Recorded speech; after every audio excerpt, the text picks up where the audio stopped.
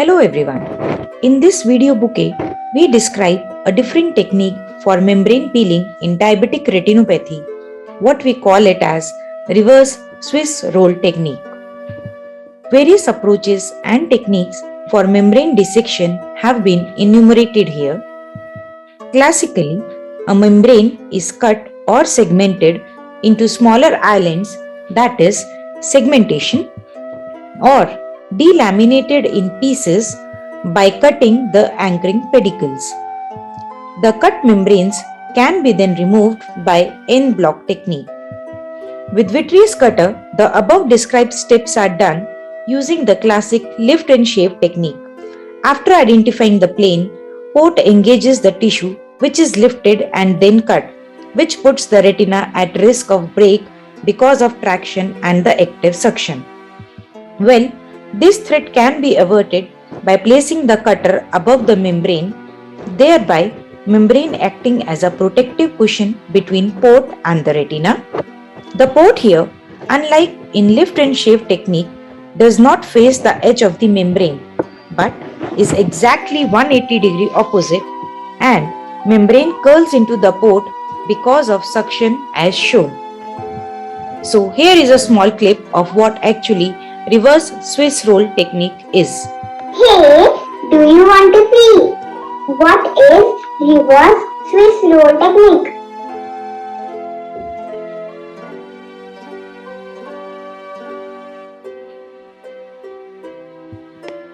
Such a flat tabletop TRD gives a sleepless night a day before to a VR surgeon because of the fear of breaks during such delicate dissection.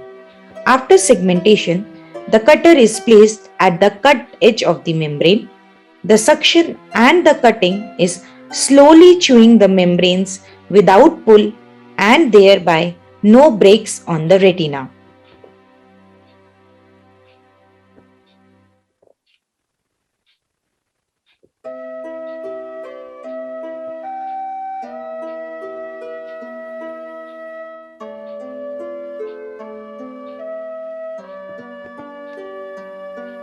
At conclusion, you can see not a single break in this case. Another posterior pole tabletop TRD. After deconing, just by reverse Swiss roll technique, the membrane is being cut without even a single iatrogenic break, again in this case.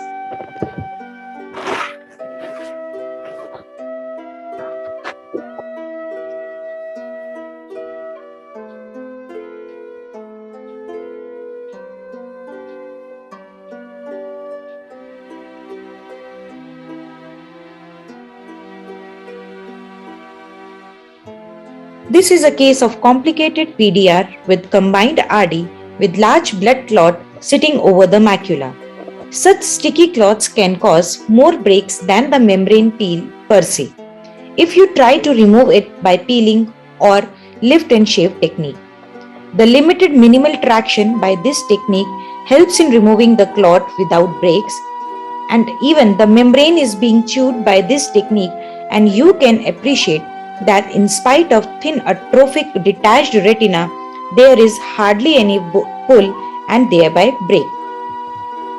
In such old chicken fat hemorrhage where retinal tissue differentiation is difficult, the reverse Swiss roll technique allows you a confident removal of fibrovascular tissue and the clot sitting over the posterior pole.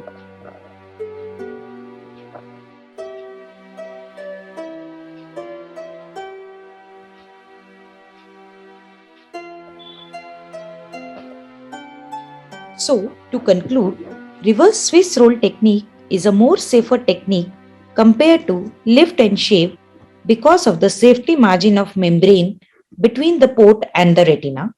Also, less chances of break is because of the port active section is away, and the technique causes less traction because of localized pull on the atrophic retina.